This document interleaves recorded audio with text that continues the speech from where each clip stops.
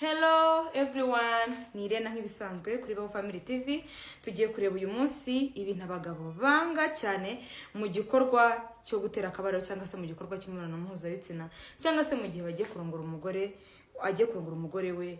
Reka tubirebe. Ni igitsina gabo muri rusange, yaba ari umukunzi wa fiancé wawe cyangwa se ari umugore wawe. Mbibutse yuko ibi biganiro nibyo abantu bakuru apana abana, nibyo abantu bitegura gushinga urugo cyangwa se abantu bubatse ingo.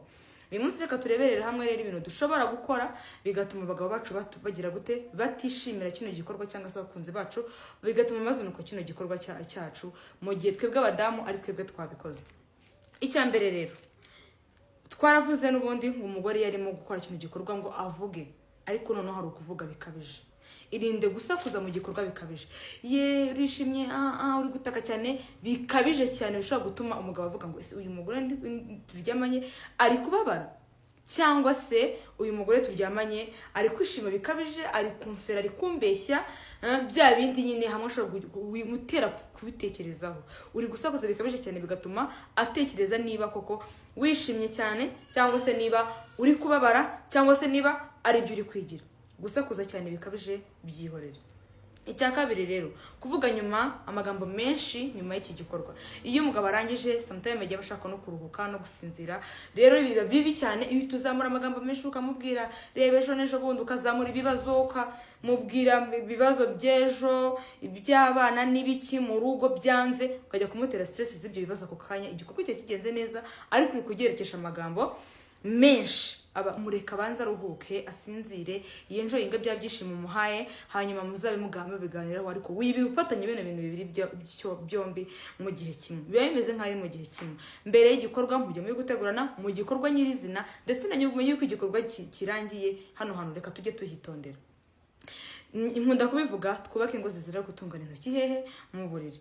Hanyuma rero ikindi twarabivuze no kumera nk'igiti mu buriri. Niba umugabo muryamanye wimera nk'igiti ngo umuharire igikorwa wenyine, feel it, byiyumvemo kandi ubimwereke. Hano hantu nkunda kubivuga rero, hari abagore bumva ko kumva ko uri mwiza bihagije, kumva yuko uteye neza bihagije, kumva ko umugabo gukunda bihagije. Oya, ntago bihagije rwose. Mugashaka kuguca inyuma ku muntu mubi unakuruta, utanashamaje kukurusha, ukibaza ngo karakandusha iki, ariko ari ukubera yuko wumva yuko ibyo bihagije. Ntushaka kugira ngo ufate utuntu dushyashya uryohere umugabo wawe, ahubwo wumva ko bihagije. Kumera nk'igiti rero ntabwo ari byo. Ibintu by'abagabo barabyanga cyane, bibaca intege. By the way, twarabivuze. Yego, ikindi rero kumwereka impuhwe, kumwereka ko umugiriye impuhwe. Icyambere wenda ashobora kuba arangije vuba, ntago aguhaye ibyishimo, sibyo? Aho kugira ngo umwereke ko ari ibintu nyine bisa, umwereka ngo yo ihangane, ahita bimutera kwiheba.